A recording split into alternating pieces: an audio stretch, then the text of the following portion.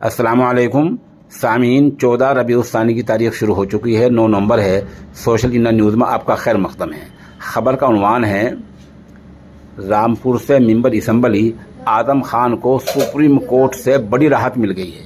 आपको पता ही है कि उत्तर प्रदेश सरकार ने अदालत से यानी निचली अदालत से कसूरवार ठहराए जाने के बाद आदम खान वाली सीट खाली करार दे दी थी और 5 दिसंबर को इस सीट पर चुनाव का ऐलान भी कर दिया था।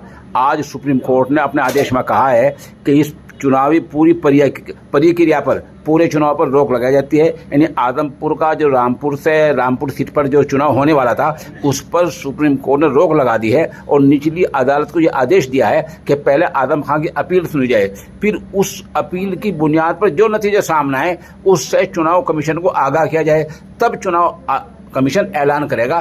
तब तक बहरहाल सुप्रीम कोर्ट ने आज आदम खान को बड़ी राहत दे दी।